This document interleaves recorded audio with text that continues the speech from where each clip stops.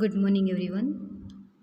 Last લેક્ચરમાં આપણે organic કેમિસ્ટ્રીની અંદર યુનિટ 1A પ્યુરિન અને યુરાઇડ કમ્પાઉન્ડનું સ્ટાર્ટ કર્યું હતું, જેની અંદર આપણે introduction of પ્યુરિન્સ and ureide compound જોયું હતું. એના પહેલાંના લેક્ચરની અંદર ન્યુક્લિક એસિડ શું છે, ન્યુક્લિક એસિડની બાયોકેમિસ્ટ્રી જે આપણે જોઈ ગયા. બરાબર. જો ફરી વખત આજે થોડું રિવિઝન કરી અને નવું પોઈન્ટ સ્ટાર્ટ કરીએ તો આપણે જોયું હતું કે ન્યુક્લિક એસિડ જે છે, બરાબર, પ્યુરિન અને યુરાઇડ કમ્પાઉન્ડ ક્યાં આવેલા છે તો કે ન્યુક્લિક એસિડ. આપણે જોયું હતું કે ન્યુક્લિક એસિડ શું છે તો કે લિવિંગ ઓર્ગેનિઝમની અંદર આવેલા પ્રોટીન છે, ન્યુક્લિયો પ્રોટીન છે, જે આપણે જોઈ ગયા. ન્યુક્લિયો પ્રોટીન જે છે, ન્યુક્લિક એસિડ, એ આનુવંશિક લક્ષણો માટે જવાબદાર છે. પેઢી દર પેઢી જે લક્ષણો વારસાગત આવે છે તેના માટે શું જવાબદાર છે? Nucleic acid. અને ન્યુક્લિક એસિડ શેના બનેલા છે તો કે ઘણા બધા ન્યુક્લિયોટાઇડ જોડાય અને શેની રચના કરે છે? ન્યુક્લિક એસિડની રચના કરે છે. બરાબર. એટલે મોનોમર અણુ, ન્યુક્લિયોટાઇડનો મોનોમર અણુ જે છે એ ઘણા બધા ન્યુક્લિયોટાઇડ જોડાય અને પોલિમરની રચના કરે છે, અને એ પોલિમર એટલે કે ન્યુક્લિક એસિડ. તો ન્યુક્લિયોટાઇડ્સ જે છે એ ન્યુક્લિયોટાઇડ્સ શેના બનેલા છે એ આપણે જોયું હતું તો કે નાઇટ્રોજન બેઝ, ફોસ્ફોરિક એસિડ અને શુગરના બનેલા છે. બરાબર. એ જે નાઇટ્રોજન બેઝ છે એ પ્યુરિન્સ અને યુરાઇડ કમ્પાઉન્ડ છે, એ આપણે જોઈ ગયા. એ આપણે આજે જોઈએ કે યુનિટ આપણું જે છે પ્યુરિન્સ અને યુરાઇડ કમ્પાઉન્ડનું જે છે એની અંદર આપણે ફર્સ્ટ પોઈન્ટ જોયો હતો કે brief introduction of purine and ureide compound. આજે આપણે જોઈશું determination of constitution of uric acid and synthesis of uric acid, એટલે કે યુરિક એસિડનું બંધારણ, બરાબર, પુરાવાને આધારે સાબિત કરવાનું છે આપણે. તો આપણે જોયું હતું કે યુરાઇડ કમ્પાઉન્ડ જે છે એનું વર્ગીકરણ 2 ટાઈપમાં થતું હતું, સાદા યુરાઇડ અને ચક્રીય યુરાઇડ.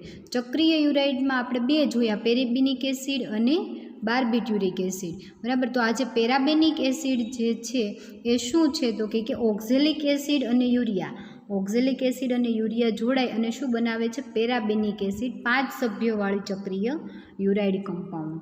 બરાબર. અને 6 સભ્યોવાળું યુરાઇડ કમ્પાઉન્ડ જે છે એ શું છે? બાર્બિટ્યુરિક એસિડ છે, એટલે કે મેલોનિક એસ્ટર અને યુરિયા વચ્ચે પ્રક્રિયા થઈ અને બાર્બિટ્યુરિક એસિડ બને છે. એ બાર્બિટ્યુરિક એસિડ શું છે? 6 સભ્યોવાળી ચક્રીય રિંગ. એના પછી આપણે પ્યુરિન કમ્પાઉન્ડ જોયું હતું કે યુરિક એસિડ જે છે એ શું છે તો કે 1 ટાઈપ ઓફ ઓક્સીપ્યુરિન કમ્પાઉન્ડ છે, એટલે કે એક જાતનું શું છે? ઓક્સીપ્યુરિન કમ્પાઉન્ડ. હવે તમને થશે ઓક્સીપ્યુરિન કમ્પાઉન્ડ એટલે શું તો કે પ્યુરિનના હાઇડ્રોક્સિલ વ્યુત્પન્નમાં કીટોઇનોલ જલરૂપકતા દર્શાવતા હોય તો એને શું કહેવાય? ઓક્સીપ્યુરિન કમ્પાઉન્ડ કહેવાય. બરાબર. અને પ્યુરિન કમ્પાઉન્ડ જે છે એ શું છે તો કે દ્વિયુરાઇડ કમ્પાઉન્ડ છે, એટલે કે યુરાઇડના 2 કમ્પાઉન્ડ જોડાય અને શું બનાવે છે તો કે પ્યુરિન કમ્પાઉન્ડ બનાવે છે. એનું આપણે ક્લાસિફિકેશન જોયું તો ઓક્સીપ્યુરિન અને એમિનોપ્યુરિન. તો એમાંનું જે આ ઓક્સીપ્યુરિન કમ્પાઉન્ડ યુરિક એસિડ જે છે એનું બંધારણ આપણે સાબિત કરવાનું છે. તો એ આજે આપણે જોઈએ. એ પહેલાં ઇન્ટ્રોડક્શનની અંદર આપણે જોયું હતું કે યુરિક એસિડ શું છે, ક્યાંથી મળી આવે છે અને કયા સાયન્ટિસ્ટે એની શોધ કરી. બરાબર. એ આપણે જોઈ ગયા હતા. ફરી વખત આજે જોઈ લઈએ એક વખત કે યુરિક એસિડ જે છે એ શેનું બનેલું છે તો કે કાર્બન, હાઇડ્રોજન, નાઇટ્રોજન, ઓક્સિજન. બરાબર. 5 કાર્બન, 4 હાઇડ્રોજન, નાઇટ્રોજન 4 અને ઓક્સિજન 3. બરાબર. એનું એ સાથેનું એક હિટ્રોસાયક્લિક સંયોજન છે. હિટ્રોસાયક્લિક સંયોજન એટલે વિષમ ચક્રીય સંયોજનો. બરાબર. નેક્સ્ટ સેમેસ્ટરમાં તમારે હિટ્રોસાયક્લિક કમ્પાઉન્ડનું યુનિટ ભણવાનું આવશે ત્યારે તમને ખ્યાલ આવી જશે કે હિટ્રોસાયક્લિક કમ્પાઉન્ડ એટલે શું તો કે ચક્રીય સંયોજન અને એની અંદર હિટ્રો એટમ પ્રેઝન્ટ હોય. હિટ્રો એટમ એટલે શું તો કે કાર્બન, હાઇડ્રોજન અને ઓક્સિજન સિવાયના નાઇટ્રોજન કે ફોસ્ફરસ અથવા તો સલ્ફર તત્વ હાજર હોય એવા ચક્રીય સંયોજનને શું કહેવાય? હિટ્રોસાયક્લિક સંયોજન કહેવાય. તે આયનો અને ક્ષાર બનાવે છે. બરાબર. એટલે શું કહે છે તો કે યુરિક એસિડ જે છે એ આયન અને ક્ષાર બનાવે છે. હવે યુરિક એસિડ જે છે એ પ્યુરિન ન્યુક્લિયોટાઇડના ચયાપચયના ભંગાણનું ઉત્પાદન છે. એટલે આપણે પહેલાં જોયું કે યુરિક એસિડ શું છે? ઓક્સીપ્યુરિન કમ્પાઉન્ડ છે. અને ન્યુક્લિયોટાઇડનું કીધું. ન્યુક્લિયોટાઇડનું શા માટે? તો કે ઘણા બધા ન્યુક્લિયોટાઇડ શેના બનેલા છે? ન્યુક્લિયોટાઇડ નાઇટ્રોજન બેઝના બનેલા છે, અને એનું તમે જળ વિભાજન કરો ન્યુક્લિયોટાઇડનું એટલે તમને શું મળશે? તો કે નાઇટ્રોજન બેઝ મળશે, પછી શુગર મળશે અને ફોસ્ફરિક એસિડ મળશે. એમાંનું જે નાઇટ્રોજન બેઝ છે એ કયું નાઇટ્રોજન બેઝ છે? પ્યુરિન નાઇટ્રોજન બેઝ છે. એટલા માટે એવું કહે છે કે પ્યુરિન ન્યુક્લિયોટાઇડ્સના ચયાપચયના ભંગાણનું ઉત્પાદન છે. બરાબર. એના પછી શું કહે છે? તો કે શીલ નામનો જે વૈજ્ઞાનિક હતો, બરાબર, એણે સૌ પ્રથમ શું કર્યું? તો કે યુરિક એસિડનું ઉત્પાદન કર્યું. બરાબર. શેમાંથી? તો કે યુરિક એસિડ જે છે એ મનુષ્યના યુરિનમાંથી મળી આવતો હોવાથી તેને યુરિક એસિડ કહે છે, અને તે મનુષ્યના શરીરમાં કેટલાક પ્રોટીનના વિઘટનથી ઉત્પન્ન થાય છે. એટલે કે મનુષ્યના યુરિનમાંથી તેને મેળવ્યું એટલે એને શું કીધું? યુરિક એસિડ કીધું. કોણે એનું ઉત્પાદન કર્યું? તો કે શીલ નામના વૈજ્ઞાનિકે યુરિનમાંથી શેનું? તો કે યુરિક એસિડનું ઉત્પાદન કર્યું એટલે એને શું કીધું? યુરિક એસિડ કીધું. અને તે શું છે? તો કે પ્રોટીનના વિઘટનથી ઉત્પન્ન થતો પદાર્થ છે. બરાબર.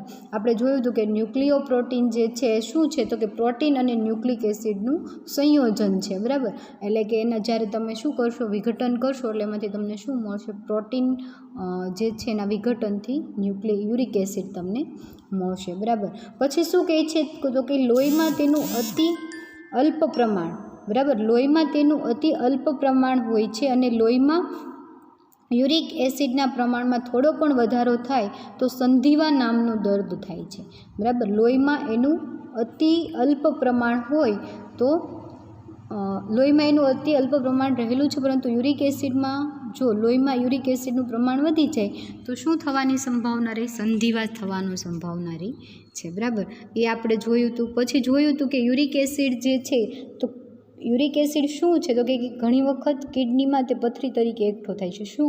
Uric acid. બરાબર. એટલે આપણે એમ કહીએ કે પથરી છે. બરાબર. એટલે શું છે? One type of uric acid છે. બરાબર. પછી ગ્વાનો પક્ષીની વિષ્ઠામાં 25% તેમનું પ્રમાણ છે, અને સાપની કાચળીમાં તેમજ વિષ્ઠામાં યુરિક એસિડ રહેલું છે. તે પાણીમાં કેવો છે? અલ્પદ્રાવ્ય છે. અને નીચે તમને એનું બંધારણ આપેલું છે, જે આપણે શું કરવાનું છે? સાબિત કરવાનું છે. એટલે યુરિક એસિડ જે છે એ શું છે? તો કે દ્વિચક્રીય એટલે એક ચક્રીય અને આ બે ચક્ર દ્વિચક્રીય કમ્પાઉન્ડ છે. અને એની અંદર શું આવેલું છે? તો કે એક 6 મેમ્બર બાર્બિટ્યુરિક એસિડ અને 5 મેમ્બરવાળી પેરાબેનિક એસિડ. જુઓ તમને બંધારણની અંદર દેખાય છે કે આ 6 મેમ્બરવાળી એક રિંગ છે અને બીજી એક 5 મેમ્બરવાળી. જે આપણે યુરાઇડની અંદર જોયું હતું કે યુરાઇડ કમ્પાઉન્ડ જે છે એ દ્વિચક્રીય યુરાઇડ કમ્પાઉન્ડ જે છે એનું ક્લાસિફિકેશન 2 ટાઈપમાં છે. 5 સભ્યવાળું ચક્રીય યુરાઇડ અને 6 સભ્યવાળું ચક્રીય યુરાઇડ. તો એમાંનું આ એક 6 મેમ્બર રિંગ અને એક 5 મેમ્બર રિંગ. બરાબર. એટલે બંને જોડાય અને શેની રચના કરે છે? યુરિક એસિડની રચના કરે છે. તો આખા ક્વેશ્ચનની અંદર તમારે શું જોવાનું છે? તો કે યુરિક એસિડ જે છે, બરાબર, યુરિક એસિડ જે છે એનું બંધારણની અંદર શું આવેલું છે?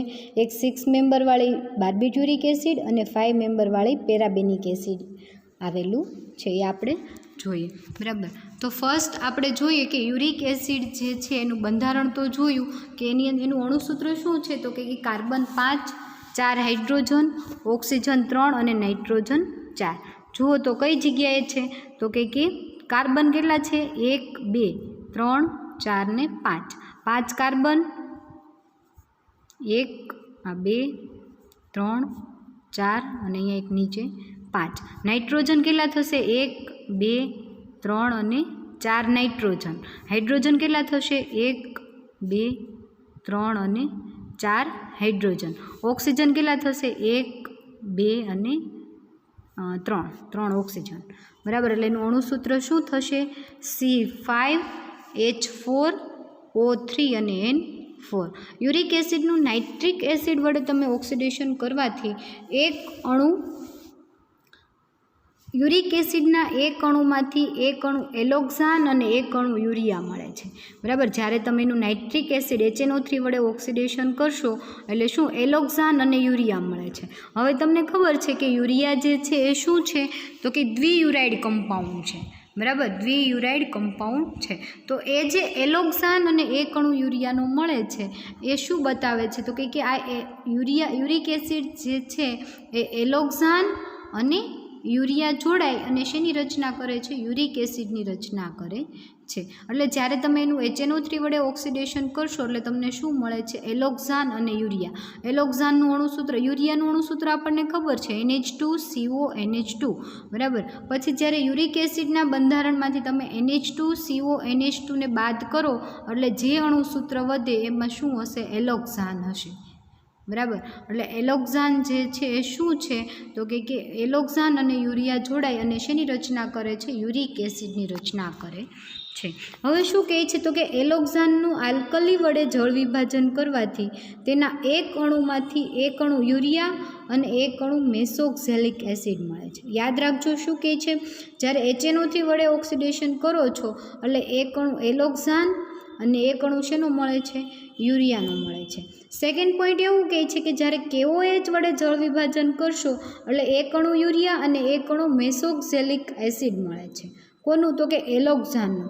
એલોક્ઝાનનું જ્યારે તમે KOH વડે જળ વિભાજન કરશો આપણને અહીંયા એ ખબર પડી કે યુરિયાનો એક અણુ રિમૂવ થાય એટલે જે સંયોજન વધે એને શું કહેવાય, એલોક્ઝાન કહેવાય. પણ એલોક્ઝાનનું બંધારણ કેવું હશે એના માટે એનું ફરી વખત તમે H2O એટલે કે KOHની હાજરીમાં જળ વિભાજન કરશો એટલે પાણીના બે અણુ કેવા થઈ જશે, વપરાઈ જશે અને શેની રચના કરશે, યુરિયા અને મેસોક્ઝેલિક એસિડ, બરાબર. મેસોક્ઝેલિક એસિડનું બંધારણ કેવું થશે, COOH CO COOH, બરાબર. એટલે મેસોક્ઝેલિક એસિડ અને શેની રચના કરે છે, યુરિયા, બરાબર. હવે જે મેસોક્ઝેલિક એસિડ અને યુરિયા જોડાય અને શું બનાવે છે તો કે એલોક્ઝાન. તો એલોક્ઝાનનું બંધારણ આપણને ખબર પડી જાય કે કેવું હશે તો કે અહીંયા યુરિયા અને મેસોક્ઝેલિક એસિડ જે મળે છે એને ફરી વખત તમે જ્યારે એની રિએક્શન કરાવશો એટલે જોઈન્ટ થઈ અને કેવું સંયોજન મળે છે, મેસોક્ઝેલિક યુરિયા. એટલે NHCO એટલે શું કહે છે તો કે અહીંયા, બરાબર. અહીંયા જે મેસોક્ઝેલિક એસિડ મળ્યો હતો એ અને યુરિયાને જોઈન્ટ કર્યું એટલે તમને કેવું 6 મેમ્બર પિરિમિડિન ચક્ર જોવા મળ્યું. એટલે એમ કહે છે કે એલોક્ઝાન જે છે એ શું છે, 6 સભ્યવાળું પિરિમિડિન ચક્ર છે, બરાબર. એટલે 6 સભ્ય આપણને ખબર છે યુરિક એસિડની અંદર એક 6 મેમ્બર રિંગ છે અને એક કેવી છે, 5 મેમ્બર રિંગ છે, બરાબર. યુરિક એસિડનું જે આ સ્ટ્રક્ચર છે એમાં 6 મેમ્બર રિંગ છે અને એક 5 મેમ્બર રિંગ છે. તો આપણે એ જાણવાનું છે કે જે 6 મેમ્બર રિંગ છે એ શું છે અને 5 મેમ્બર રિંગ છે શું છે. તો 6 મેમ્બર રિંગ જે છે એ શું છે, એલોક્ઝાન છે, એલોક્ઝાન છે, બરાબર. એટલે એ 6 મેમ્બર રિંગને સાબિત કરવા માટે આપણે પહેલાં શું કર્યું તો કે જ્યારે યુરિક એસિડનું નાઇટ્રિક એસિડ વડે ઓક્સિડેશન કર્યું તો એલોક્ઝાન અને યુરિયા મળ્યું. એ એલોક્ઝાનનું ફરી વખત તમે KOH વડે જળ વિભાજન કર્યું તો પાછો એક અણુ યુરિયાનો એટલે ટોટલ કેટલા, 2 યુરિયાના અણુ અને એક મેસોક્ઝેલિક એસિડ મળ્યું. એટલે એમ કહે છે કે એલોક્ઝાનનું બંધારણીય સૂત્ર કેવું છે તો કે યુરિયા અને મેસોક્ઝેલિક એસિડ જોડાય અને શેની રચના કરે છે, મેસોક્ઝેલિક યુરિયાની રચના કરે છે, બરાબર. હવે ફરી વખત તમે એનું ફરી ઓક્સિડેશન કરશો KMnO4 વડે યુરિક એસિડ, આપણને એક વસ્તુ ખબર પડી કે એની અંદર 6 મેમ્બર રિંગ આવેલી જે છે એ શું છે તો કે મેસોક્ઝેલિક યુરિયા છે, બરાબર. હવે આપણે 5 મેમ્બરવાળી રિંગ જોઈએ તો કે એની અંદર યુરિક એસિડનું KMnO4 વડે ઓક્સિડેશન કરશો તો શું થશે તો કે KMnO4 વડે ઓક્સિડેશન કરવાથી પેરાબેનિક એસિડ અને યુરિયા મળે છે, બરાબર. તો આ પેરાબેનિક એસિડ શું છે એ જાણવા માટે ફરીવાર NaOH વડે તમે એનું જળ વિભાજન કરો એટલે ઓક્ઝેલિક એસિડ અને શું મળે છે, યુરિયા મળે છે. એટલે જે ઓક્ઝેલિક એસિડ અને યુરિયા જોડાય અને શેની રચના કરે છે, પેરાબેનિક એસિડની. એટલે આપણને ખ્યાલ આવી જાય કે 5 મેમ્બરવાળી રિંગ કઈ છે, બરાબર. 6 મેમ્બરવાળી રિંગ આપણે જોઈ કે મેસોક્ઝેલિક યુરિયા, બરાબર. ફર્સ્ટ પોઈન્ટ જુઓ કે જ્યારે તમે નાઇટ્રિક એસિડ વડે ઓક્સિડેશન કરો છો એટલે એલોક્ઝાન અને યુરિયા મળે છે જેનું અણુસૂત્ર શું થશે, C4H2O4N2 અને એ યુરિક એસિડના બંધારણમાંથી યુરિયાનો અણુ કેવો થઈ જાય છે, રિમૂવ થઈ જાય છે. હવે ફરી વખત તમે એનું એલોક્ઝાનનું KOH વડે જળ વિભાજન કરો છો તો યુરિયા અને મેસોક્ઝેલિક એસિડ મળે છે. એટલે મેસોક્ઝેલિક એસિડ અને યુરિયા જોડાય અને શેની રચના કરે છે, મેસોક્ઝેલિક યુરિયાની રચના કરે છે, જે કેવું છે તો કે 6 સભ્યોવાળું પિરિમિડિન ચક્ર ધરાવે છે. એના પછી તમે કેમેનોફોર વડે ઓક્સિડેશન કરો તો પેરાબેનિક એસિડ અને શું બને છે, યુરિયા બને છે. તો આપણે પેરાબેનિક એસિડ કેવું છે એનું બંધારણ જોવું પડે કે 5 મેમ્બરવાળી પેરાબેનિક એસિડ જે રિંગ છે એ શેની બનેલી છે, તો એના માટે તમે એનું NaOH વડે જળ વિભાજન કરશો એટલે ઓક્ઝેલિક એસિડ અને શું મળે છે, યુરિયા મળે છે. એટલે ઓક્ઝેલિક એસિડ જે છે એ અને યુરિયા જોડાય અને શેની રચના કરે છે, પેરાબેનિક એસિડની. જુઓ ઇથાઇલ ઓક્ઝેલેટ, બરાબર, ઇથાઇલ ઓક્ઝેલેટ અને યુરિયા જોડાય, પાણી ઇથેનોલના 2 અણુ કેવા થાય છે, રિમૂવ થઈ જશે. અહીંયાથી OC2H5, અહીંયાથી OC2H5 અને અહીંયાથી હાઇડ્રોજન એટલે 2C2H5OH. ઇથેનોલના 2 અણુ રિમૂવ થાય અને જે સંયોજન બને એનું નામ શું થશે, પેરાબેનિક એસિડ. એટલે આપણને એ ખ્યાલ આવે કે પેરાબેનિક એસિડ અને મેસોક્ઝેલિક યુરિયા જોડાય અને શું બનાવે છે તો કે યુરિક એસિડ બનાવે છે. તેથી શું કહે છે, યુરિક એસિડના બંધારણમાં પેરાબેનિક એસિડ જેવું 5 સભ્યોવાળું ઇમિડાઝોલ ચક્ર આવેલું હોવું જોઈએ. હવે યુરિક એસિડનું કેમેનોફોર વડે ઓક્સિડેશન કરવાથી મુખ્ય નિપજ એલેન્ટોઇન મળે છે, બરાબર. મુખ્ય નિપજ શું મળે છે, એલેન્ટોઇન. તો આપણને એ ખ્યાલ આપણે શું એલેન્ટોઇનનું બંધારણ કેવું છે એ જાણવાનું છે. તો એના માટે શું કર્યું તો કે જે એલેન્ટોઇન જે છે, બરાબર, આ શું છે, C5H4O3N4, આ યુરિક એસિડ. એનું તમે આલ્કલાઇન કેમેનોફોર વડે ઓક્સિડેશન કરશો તો શું થશે તો કે CO2નો અણુ રિમૂવ થઈ અને એલેન્ટોઇન બનાવે છે. એટલે એનું અણુસૂત્ર થશે C4H6O3N4 અને એક CO2નો અણુ કેવો થાય છે, રિમૂવ થાય છે. એટલે એ એવું કહે છે કે જ્યારે યુરિક એસિડનું તમે ઓક્સિડેશન કરશો કેમેનોફોર વડે એટલે એલેન્ટોઇન મુખ્ય નિપજ બને છે. તો આ એલેન્ટોઇનનું બંધારણ કેવું હશે, બરાબર. આપણે પહેલાં જોયું કે 5 મેમ્બરવાળી રિંગ પેરાબેનિક એસિડ અને 6 મેમ્બરવાળી મેસોક્ઝેલિક યુરિયા જોડાઈ અને યુરિક એસિડ બનાવે છે, એ આપણે જોયું. પરંતુ આ એલેન્ટોઇન જે છે એ શું છે એના માટે થઈ અને એણે આગળ એલેન્ટોઇનનું બંધારણ સાબિત કર્યું કે એલેન્ટોઇન જે છે કે એલેન્ટોઇનનું નાઇટ્રિક એસિડ વડે ઓક્સિડેશન કરવાથી યુરિયા અને પેરાબેનિક એસિડ મળે છે. એટલે આપણને એ ખબર પડે કે પેરાબેનિક એસિડ અને યુરિયા જોડાય અને શેની રચના કરે છે, એલેન્ટોઇનની રચના કરે છે, બરાબર. એલેન્ટોઇનનું અણુસૂત્ર C4H6O3N4 છે. એનું જ્યારે તમે HNO3 વડે ઓક્સિડેશન કરશો તો એક અણુ યુરિયા અને એક અણુ પેરાબેનિક એસિડ મળે છે.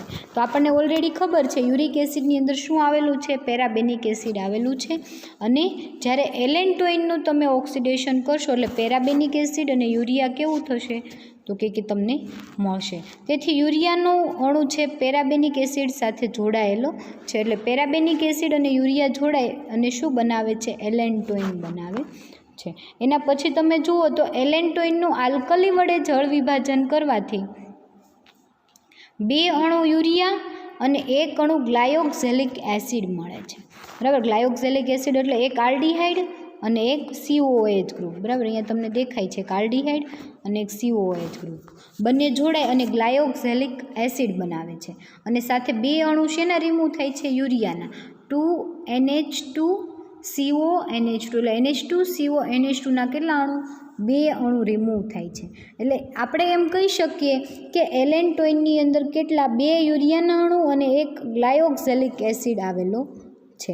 એના પહેલાં આપણે જોયું હતું કે 1 અણુ યુરિયા અને 1 અણુ શેનો, પેરાબેનિક એસિડનો આવેલો છે, બરાબર. હવે જ્યારે તમે એનું રિડક્શન કરશો એટલે 1 અણુ યુરિયા અને 1 અણુ હાઇડેન્ટોઇન, બરાબર. 1 અણુ યુરિયાનો અને 1 અણુ હાઇડેન્ટોઇન. એટલે હાઇડેન્ટોઇન શું છે એ હવે આપણે જાણવું જરૂરી બને કે હાઇડેન્ટોઇન શું હશે. તેથી શું કહે છે તો કે એલેન્ટોઇનમાં પેરાબેનિક એસિડનો અણુ યુરિયા સાથે જોડાયેલો છે, બરાબર. એલેન્ટોઇનમાં પેરાબેનિક એસિડ અને યુરિયા જોડાય અને શું બનાવે છે? એલેન્ટોઇન બનાવે છે એવું આપણે કહી શકીએ. પરંતુ જે હાઇડ્રેન્ટોઇનનું બંધારણ જે છે એ કેવું છે તો કે જ્યારે એલેન્ટોઇનનું રિડક્શન કરશો એટલે હાઇડ્રોજનનો અણુ કેવો થશે? ઉમેરાશે અને એક અણુ યુરિયાનો અને શું બને છે? હાઇડ્રેન્ટોઇન. એટલે કે હાઇડ્રેન્ટોઇન એટલે કાર્બન ડબલ બોન્ડ ઓક્સિજન જે છે એ બોન્ડ બ્રેક થાય છે અને એની જગ્યાએ શું જોડાઈ જાય છે? હાઇડ્રોજન. એટલે શેની રચના કરે છે? તો કે હાઇડ્રેન્ટોઇનની રચના કરે છે. એટલે આપણને એટલો ખ્યાલ આવ્યો કે જ્યારે તમે યુરિક એસિડ, બરાબર, એટલો પોર્શન તમે એક વખત ફરીવાર જોઈ લો કે જ્યારે યુરિક એસિડનું અણુસૂત્ર શું છે? C5H4O3 અને N4, બરાબર. એટલે યુરિક એસિડનું જે અણુસૂત્ર છે એમાં તમે શું કરશો ને HNO3 વડે ઓક્સિડેશન કરશો તો તમને એલોક્ઝાન અને શું બને છે?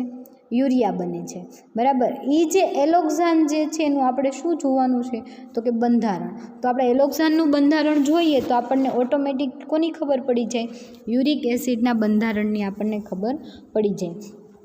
તો આપણે એ યુરિક એસિડનું જ્યારે ઓક્સિડેશન કરીએ છીએ ત્યારે આપણને એલોક્ઝાન અને યુરિયા મળે છે. અને જ્યારે એલોક્ઝાનનું તમે ફરી વખત જળ વિભાજન કરશો એટલે એલોક્ઝાનનું જળ વિભાજન કરશો એટલે યુરિયા અને સાથે મેસોક્સેલિક એસિડ મળે છે. એટલે એલોક્ઝાનનું બંધારણ જાણવા માટે આપણે યુરિયા અને મેસોક્સેલિક એસિડને જોઈન્ટ કર્યું અને શું બનાવ્યું? મેસોક્સેલિક યુરિયા બનાવ્યું છે. કેવું છે તો કે 6 મેમ્બરવાળી રિંગ પિરિમિડિન ચક્ર છે, બરાબર. એના પછી આપણે જોયું 5 મેમ્બરવાળી રિંગ. તો 5 મેમ્બરવાળી રિંગ તો જ્યારે તમે યુરિક એસિડનું KMnO4 વડે ઓક્સિડેશન કરશો એટલે તમને શું બને છે? પેરાબેનિક એસિડ અને યુરિયા. એટલે પેરાબેનિક એસિડ અને યુરિયા જોડાય અને શેની રચના કરે છે તો કે યુરિક એસિડની રચના કરે છે. એટલે જે પેરાબેનિક એસિડ છે એનું બંધારણ જાણવા માટે આપણે એનું NaOH વડે ફરી વખત જળ વિભાજન કર્યું તો ઓક્ઝેલિક એસિડ અને શું બને છે? યુરિયા બને છે. એટલે ઓક્ઝેલિક એસિડ અને યુરિયા જોડાય અને શેની રચના કરે છે? પેરાબેનિક એસિડની રચના કરે છે. એટલે મેસોક્સેલિક યુરિયા અને પેરાબેનિક એસિડ જોડાય અને શું બનાવશે તો કે યુરિક એસિડ બનાવશે. એના પછી આપણે ફરી વખત જોયું કે 5 મેમ્બરવાળી પેરાબેનિક એસિડ જે કેવી છે? 5 સભ્યવાળી ઇમિડાઝોલ ચક્ર આવેલું છે. એટલે યુરિક એસિડનું જ્યારે તમે આલ્કલાઇન KMnO4 વડે ઓક્સિડેશન કરશો તો તમને એલેન્ટોઇન મળે છે. હવે એલેન્ટોઇન શું છે એને જાણવા માટે ફરી વખત આપણે એલેન્ટોઇનનું બંધારણ સાબિત કરવું પડશે. તો એના માટે એલેન્ટોઇનનું તમે HNO3 વડે ઓક્સિડેશન કરશો તો તમને યુરિયા અને પેરાબેનિક એસિડ મળે છે, બરાબર. એ જે પેરાબેનિક એસિડ જે છે એ તો કે એલેન્ટોઇનનું ફરી વખત તમે જળ વિભાજન કરશો તો તમને 2 અણુ યુરિયા અને 1 અણુ મેસોક્સેલિક એસિડ મળે છે. એટલે એમ કહી શકીએ કે 2 અણુ યુરિયાના અને ગ્લાયોક્સેલિક એસિડ જોડાય અને શેની રચના કરે છે? એલેન્ટોઇનની રચના કરે છે, બરાબર. એના પછી આપણે જોયું કે એલેન્ટોઇનનું રિડક્શન કરશો એટલે હાઇડ્રેન્ટોઇન મળે છે. એટલે આખા બંધારણની અત્યાર સુધી આપણે જે પોઈન્ટ જોયા એની અંદર એટલું ખ્યાલ આવ્યો કે એક 5 સભ્યવાળી રિંગ પેરાબેનિક એસિડ અને 6 સભ્યવાળી મેસોક્સેલિક યુરિયા, બરાબર. એ બંને જોડાય અને શેની રચના કરે છે તો કે યુરિક એસિડની રચના કરે છે, બરાબર. એટલું આપણે જોયું. એના પછીનો આગળનો પોઈન્ટ જોઈએ તો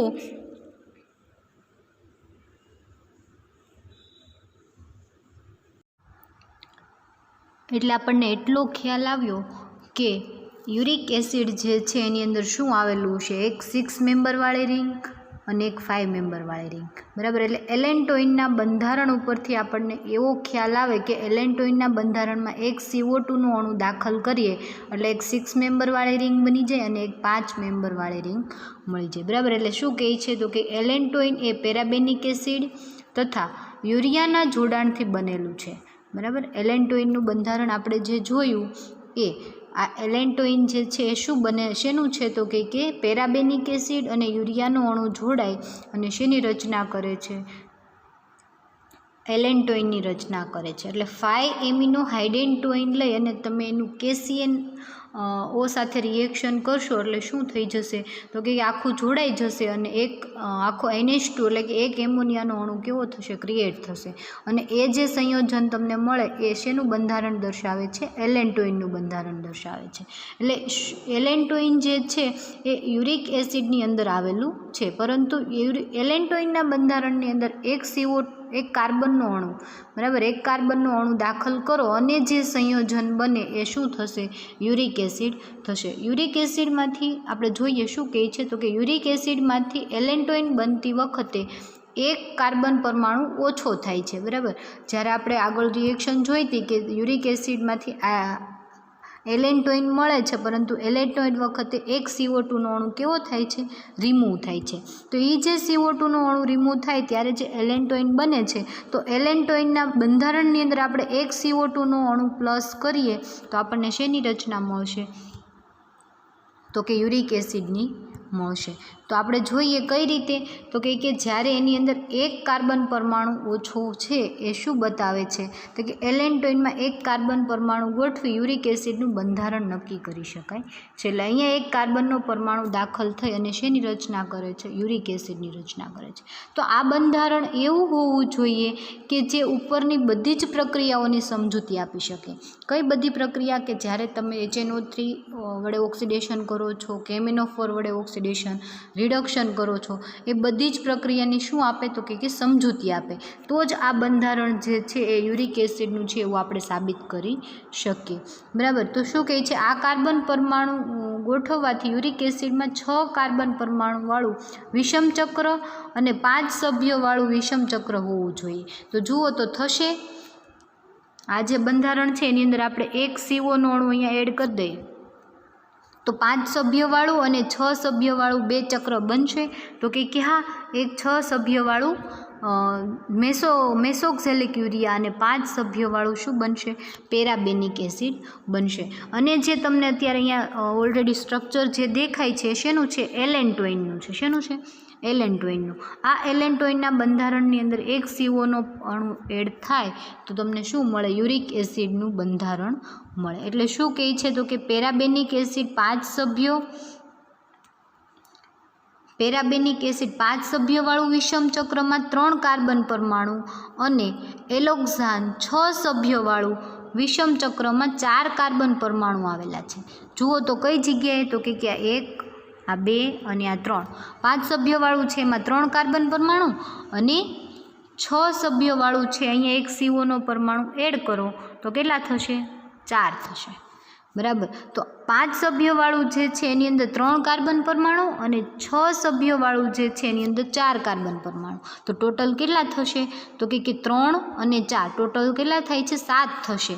જ્યારે યુરિક એસિડમાં ફક્ત કેટલા છે 5 જ કાર્બન પરમાણુ છે. આપણે યુરિક એસિડનું બંધારણ સૂત્ર જોયું એની અંદર તો 5 કાર્બન છે. તો આ 7 કાર્બન કઈ રીતે થાય છે કે જેના 5 સભ્યોવાળી રિંગ છે એની અંદર 3 અને 6 સભ્યોવાળી રિંગ છે એની અંદર કેટલા 4. તો 3 અને 4 ટોટલ 7 થાય. તો આ 7 કાર્બન પરમાણુ છે, પરંતુ યુરિક એસિડમાં તો 5 જ હોવા જોઈએ. તો એ શું બતાવે છે તો કે 2 કાર્બન પરમાણુ જે છે એ બંને ચક્ર વચ્ચે કેવા હોવા જોઈએ કોમન હોવા જોઈએ. જુઓ ચોથો અને 5મો કાર્બન જે છે બંને રિંગ વચ્ચે કેવા છે કોમન છે.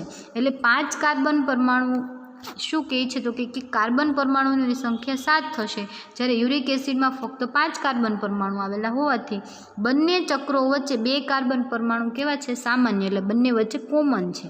આથી યુરિક એસિડમાં કાર્બન અને નાઇટ્રોજનનું માળખું નીચે પ્રમાણે આપણે દર્શાવી શકીએ. એટલે આપણને કાર્બન અને નાઇટ્રોજન જોઈએ તો કેવું એનું બંધારણ હશે તો કે આવું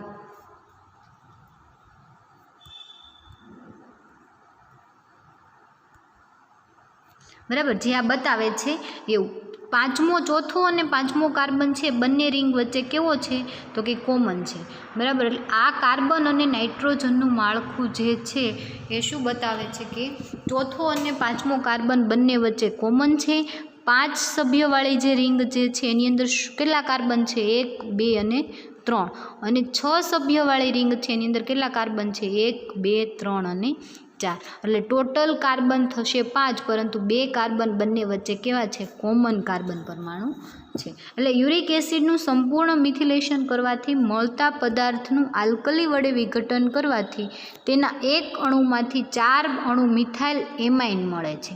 તેથી યુરિક એસિડમાં 4 હાઇડ્રોજન પરમાણુઓ જે છે 4 નાઇટ્રોજન પરમાણુ સાથે જોડાયેલા હોવા જોઈએ. એટલે હાઇડ્રોજન પરમાણુ ક્યાં મિથિલેશન થશે? તો કે જ્યાં મુક્ત હાઇડ્રોજન પરમાણુ હશે ત્યાં. એટલે મિથિલેશન કરતાં શું મળે છે? 4 અણુ મિથાઇલ એમાઇન મળે છે. એટલે આપણને ખ્યાલ આવે કે એ મિથાઇલ એમાઇન જે છે એ ક્યાં થાય છે રિએક્શન? તો કે નાઇટ્રોજનમાં રહેલા મુક્ત હાઇડ્રોજન પાસે રિએક્શન થાય છે. તેથી યુરિક એસિડનું સુધારેલું માળખું એટલે કે હાઇડ્રોજન આપણને ખબર પડી જાય કે જે યુરિક એસિડની અંદર હાઇડ્રોજન છે એ ક્યાં આવેલા છે, બરાબર. તેથી યુરિક એસિડના 2 અણુ યુરિક એસિડમાંથી કેટલા? 2 અણુ યુરિયા મળે છે. કઈ રીતે? તો કે જુઓ અહીંયા NHCONH એક અણુ યુરિયા, અહીંયા એક NHCONH એટલે કે બીજું અણુ યુરિયા. અહીંયાથી તમે જળ વિભાજન કરો અને અહીંયાથી જળ વિભાજન કરો એટલે તમને યુરિયાના કેટલા પરમાણુ મળે? 2 પરમાણુ મળે. હવે આપણે જોઈએ કે એની અંદર ઓક્સિજન ઘટે છે હજી, અને બીજું શું ઘટે છે? નાઇટ્રોજન આવી ગયા, કાર્બન આવી ગયા, હાઇડ્રોજન આવી ગયા. તો ઓક્સિજન જે ઘટે છે એ ક્યાં ઘટે છે એ આપણે જોઈએ.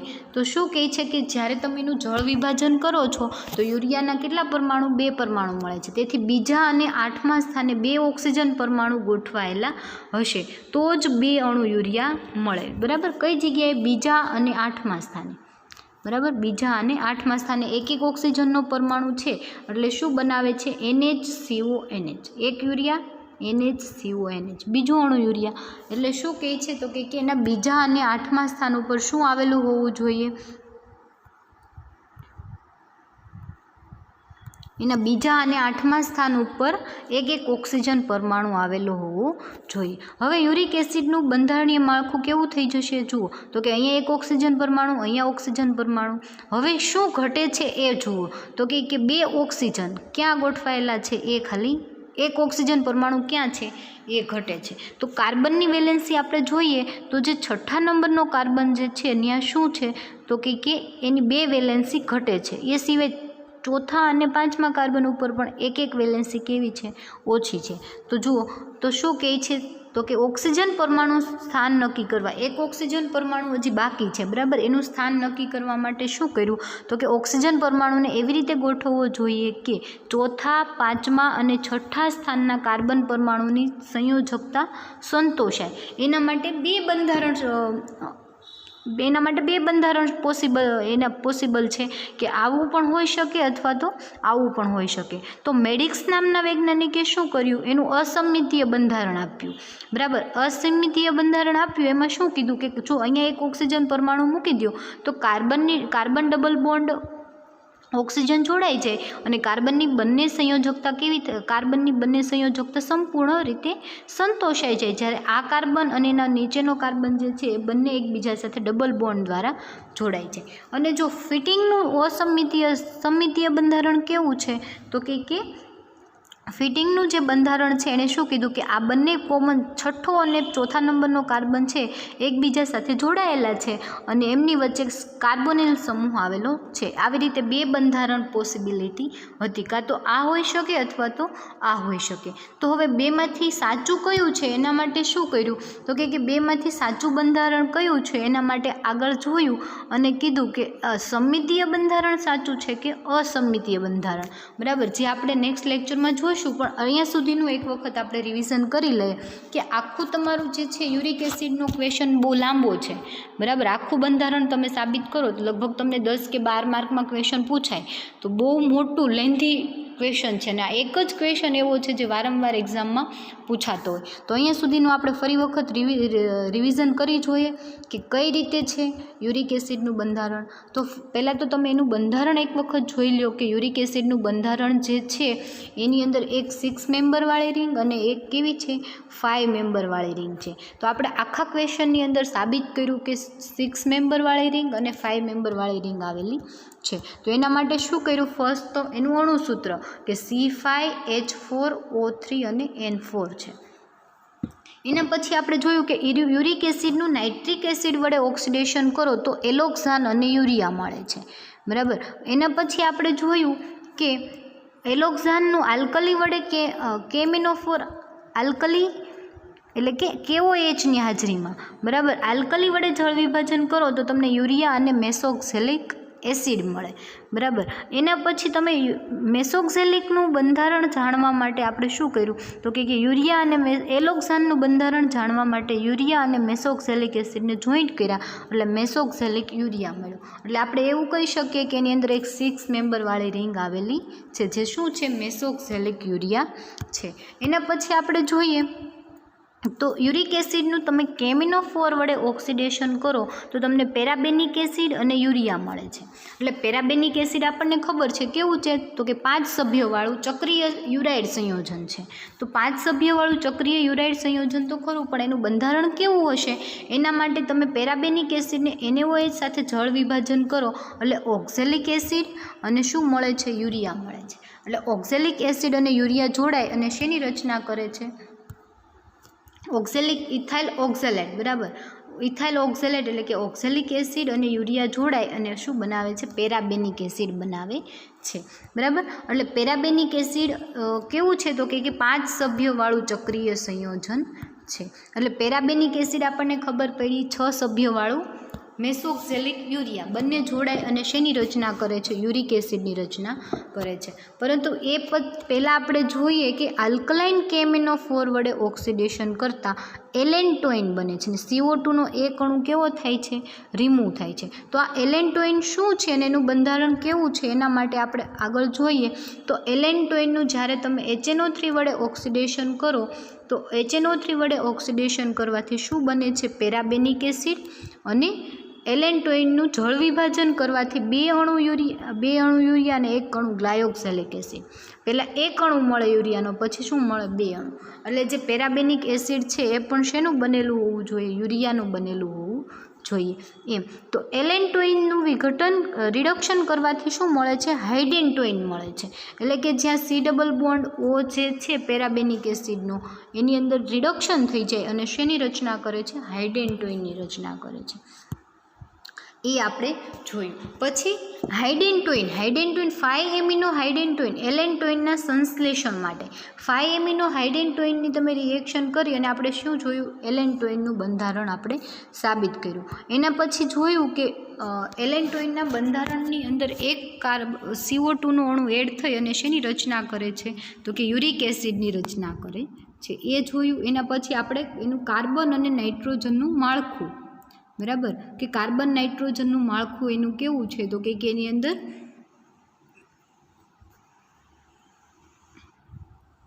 કાર્બન અને નાઇટ્રોજનનું માળખું કેવું છે તો કે એની અંદર 4 નાઇટ્રોજન 5 કાર્બન અને 3 ઓક્સિજન અને 4 હાઇડ્રોજન આવેલા છે. પરંતુ કઈ રીતે તો કે નાઇટ્રોજન આવી રીતે ગોઠવાયેલા હશે, કાર્બન 5, બરાબર, 7 કાર્બન છે પરંતુ 2 કાર્બન બંને વચ્ચે કેવા છે બંને રિંગ વચ્ચે કોમન છે, ચોથો અને 5મો કાર્બન. એટલે ટોટલ કાર્બન કેટલા છે 5 છે. એના પછી આપણે જોયું હતું કે એની અંદર હાઇડ્રોજન, બરાબર, નાઇટ્રોજન જેટલા છે એની પાસે શું આવેલું છે હાઇડ્રોજન. કેમ ખબર પડી કે જ્યારે તમે એનું મિથિલેશન કરો એટલે નિપજ તરીકે તમને શું મળે છે મિથાઇલ એમાઇન. મિથાઇલ એમાઇન મળે છે શું બતાવે છે કે એમાઇન ગ્રુપ નાઇટ્રોજન જે છે ત્યાં શું આવેલું છે હાઇડ્રોજન આવેલું છે. તેથી યુરિક એસિડમાંથી 2 અણુ શું મળે છે યુરિયા. એટલે 2 અણુ યુરિયા મળે એટલે આપણે એવું કહી શકીએ કે એનું બંધારણની અંદર 2 ઓક્સિજન ક્યાં તો કે બીજા અને 8મા નંબરના કાર્બન ઉપર 1 ઓક્સિજન પરમાણુ આવેલો હશે. એના ઉપરથી ફિટિંગ અને મેડિક્સનું 2 જે સમમિતીય અને અસમિતીય બંધારણ છે એ આપણે જોયા.